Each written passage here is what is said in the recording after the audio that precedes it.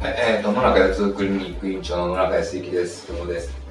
今日はですね、僕の大学時代の、先輩、お医者さんなんですけどね、皆木先生、さやか美容科クリニックの理事長であり、院長をされている皆木康則先生。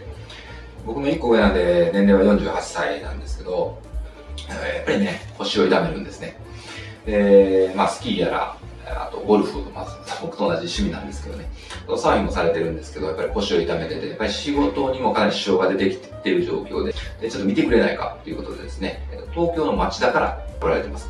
で、実際ですね、先輩の許可を得てですね、動画の方とかもね、説明したいとか、今日のね、治療の内容を説明していきたいと思います。皆木康則先生の腰の MRI こちらです。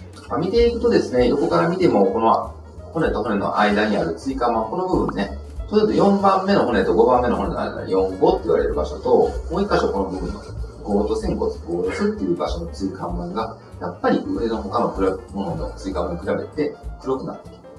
そして、厚みも、だってこれね、測定はしませんけど、厚みもちょっと少なくなっている状況が疑われて、当然変形も伴っている。椎間板の変性症の典型的なタイプですよね。まずこれは腰の痛み普通に出てくるやろなっていう状況。椎間板変性症、ヘルニアによる腰痛がかなり疑われる。疑われることに対してですね、今日はですね、宮城先生にこの後ね、僕診察して説明して、やはりこの管を入れてですね、椎間板の検査から始めようと思っています。そしておそらくですけども、損傷、黒く映るようなニューグラムの検査で損傷が見つかってくると思うので、神経症状がないんで、今日はですね、一応、ディスクシールを、の可能性がかなり高いというふうに予定しております。それをね、今日ちょっと治療の様子から、で、治療後の経過、またその説明という形で一連の流れでですね、皆さんにお届けできたらなと思ってますので、よろしくお願いします。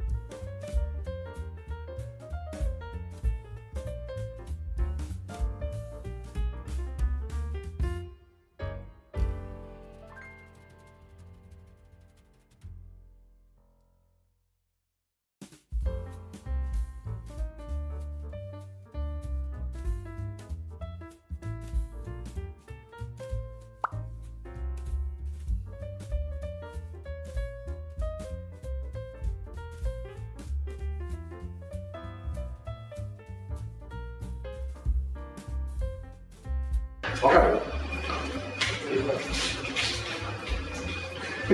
目開ける？ちょっとうにゃうにゃと言ってますね。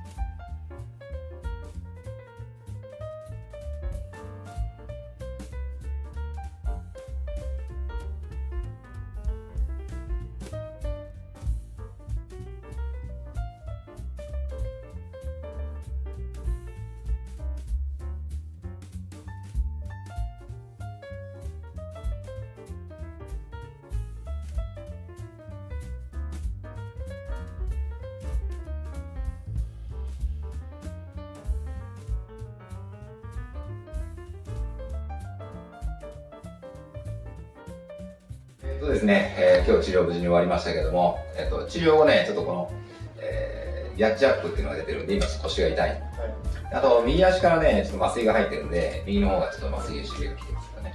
なんとかいいかな。でですね、これ、腰の骨だ。よく見てね、間に椎間板でしょ。神経は、みたいなね、こっち背中や。で、そこに、寝た後に、このような管を結構入れたい。皮膚から12センチぐらい入ったと思うんだけど、管を入れていったのが、写真に変わってこれ。2本刺した。1本ずつね、上から。で、横からね、見てるけど、後ろから見たのが、こっちの写真。ね、右側から入れてるから、右に麻酔が入った写真ね。あと1時間ぐらいで撮れてくるの。で、続いて検査したんよ。アニログラムってね、それだけ。ですね。黒く映ったらもうダメだからね。映るでしょ。破れてるのこれ、染み込んどのこれ。黒くする造影剤が、染み込んでいて、この辺の中央からこれ肺側とこれ神経あるところにも破れたので、こぼれてるね。そう、ひび割れがやっぱ見つかったよね。48歳やけど、ちょっと無理しすぎやね。で、これディスクシールでお薬を今ちょっと入れてるんで、お薬透明なんよ。色映らへんけど、こうやって黒くね、滲んでいくような状況で今確認した。結構入れた。伸びてる。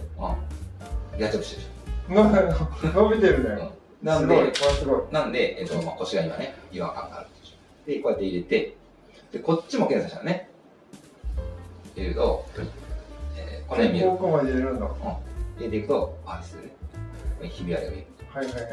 なんで、ここもディスクシールをした。この辺もあったからね。で、結構多めに入れたね。もう再発させへんようにね。すごい、これすごい。で、お薬が入った。黒く残った造影剤がすぐ消えるからね。で、治療前と治療後とかでね、最後写真を撮って確認した。伸びてる。この辺のとこ伸びてるんで、伸ばす治療ではないんだけど、言ったら伸びてしまうんで、腰痛が1日2日ぐらいは出る可能性がある。これぐらいやったら、1時間ぐらい歩いたら取れる時があるじゃん。で、入れたお薬がもう固まってる。40秒で固まっとるから、この今、麻酔が今効いてるけど、1時間だから、あと1時間ぐらい取れる。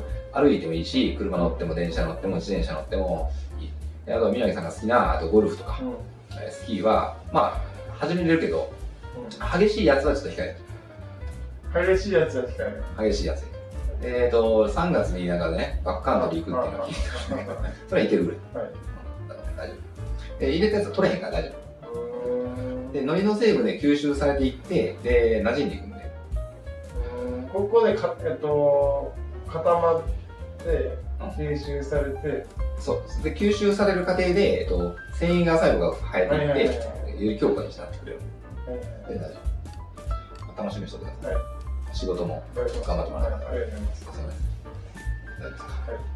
以上です。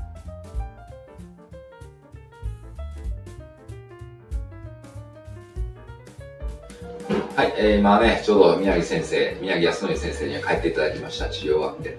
やっぱりね、麻酔薬打ってるんで、右足の方にまだ痺れ感が残っています。これ麻酔なんでね、あと1時間かぐらいで痺れ取れてきて、しっかり帰っていただけると思いますけども、治療終わりました。で、一応最後まとめとしましてですね、宮城先生は今48歳、僕の1個上なんで、僕47ですけど、48歳ですけど、やっぱりね、やっぱ好きなんですよ、スポーツが。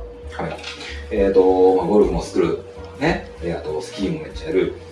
サーフィンも楽しんどると。あと、結構体も鍛えてるんですけど、やっぱりそういうようなことを普段から長年やっていくと、やっぱりこのようにですね、椎間板の損傷というのが40代にしても出てくるということになります。程度としてはですね、椎間板まだ潰れきってないんで、これ状況で言うとですね、中等症、モデレート、損傷ぐらいのモデレートなんで、かなり治りやすいというふうには思われます。で、何せですね、スポーツを楽しめないっていうのもあるんですけれども、仕事にやっぱりね、支障が相当出てきてるみたいなんですね。宮城さんってやっぱり医師というのはですね、治療も含めても、手術もしても、やっぱり欲しさなんかがあってですね、診療ができなくなると患者さんの健康被害にもつながりますし、もともと体が資本ですから、今回ね、治療させていただいていい結果が出てくると思いますし、またその結果も報告させていただいて、宮城さんを治すことで、宮城さんを頼られている患者さんに関しても、あと、お手伝いができたのかなというふうにはちょっと思ってます。いい症例というか失礼ですけども、非常に分かりやすい傷がね、分かりやすいところでありますし、典型的な症例であったのかなというふうに思います。以上でしたね。無事に終わりましてよかったです。じゃあ皆さんまた、来週、新しい動画出しますのでよろしくお願いします。